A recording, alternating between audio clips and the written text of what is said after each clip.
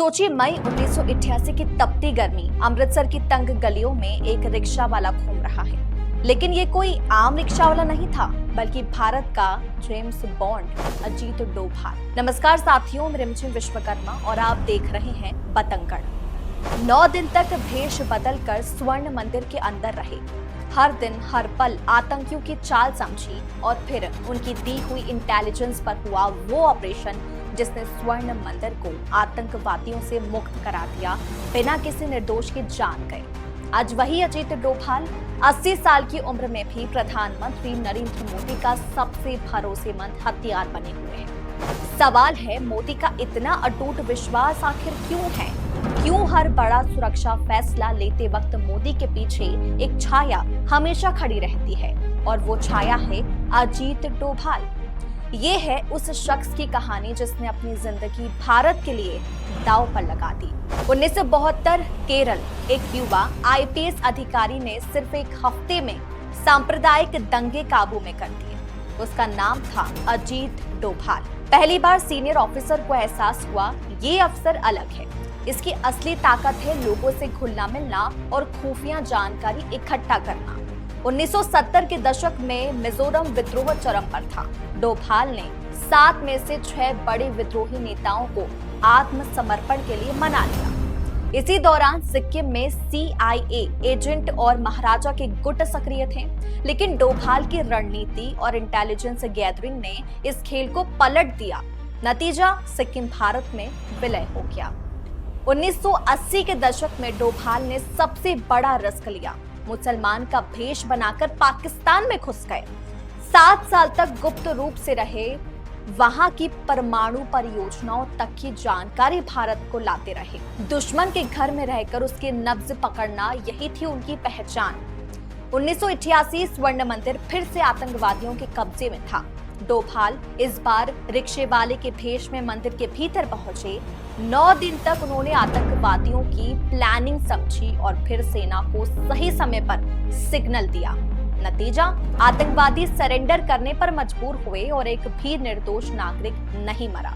1990 के दशक में कश्मीर आतंकवाद की आग में जल रहा था। डोभाल ने आतंकी कूका परे को राजी किया और उसे काउंटर इंसर्जेंट बनाया। इसी इनिशिएटिव की वजह से घाटी में 1996 में चुनाव हो पाए। डोभाल ने साबित कर दिया, कभी कभी बंदूक से नहीं, दिमाग से लड़ाई लड़ी जाती है।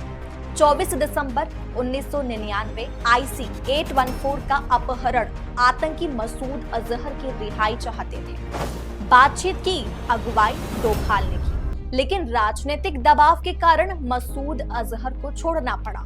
ये मिशन डोभाल की करियर का सबसे पीड़ादायक पल माना जाता है। सेवानिवृत्ति के बाद भी डोभाल रुके नहीं।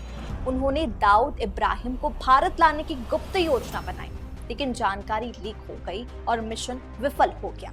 फिर भी ये साबित हुआ, डोभाल के लिए देश की सुरक्षा ही सबसे बड़ी प्राथमिकता है।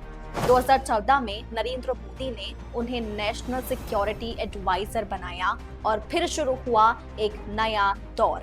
इराक से नर्सों की सुरक्षित वापसी, Myanmar strike, 2016 surgical strike, 2019 Balakot air strike, Doklam stand of, article 370 हटाना और 2025 में ऑपरेशन सिंदूर, जिसमें मसूद अजहर के भाई का खात्मा हुआ। हर जगह एक नाम था, अजीत डोभाल।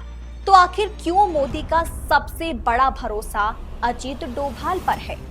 पहला, 50 साल से ज्यादा का टेस्टेड अनुभव। दूसरा, जासूस, वार्ताकार और रणनीतिकार, तीनों क्वालिटीज एक ही इंसान में। तीसरा, 2008 से मोदी के साथ लगातार रिश्ता। चौथा, राजनीति से दूर लेकिन पूरी निष्ठा के साथ। पांचवा, ऑफेंसिव डिफेंस की सोच जो मोदी की नीति से मेल खाती है। और छठा और आखिरी, 80 साल की उम्र में भी फील्ड में एक्टिव रहना। अजीत डोभाल सिर्फ एक NSA नहीं, बल्कि एक सोच है। उनकी सोच दुश्मन को हराने का सबसे सही तरीका है सीधे उसके घर में घुसकर वार करना। शायद यही कारण है कि मोदी के हर बड़े फैसले के पीछे एक छाया हमेशा रहती है, अजीत डोभाल। जब तक उनका अनुभव और दिमाग भारत के पास है, तब तक देश की सुरक्षा सबसे मजबूत हाथों में है। आपको ये जानकर कैसा लगा कि खुद प्रधानमंत्री जिनकी छाया देश पर रहती है उन पर अजीत डोभाल की है?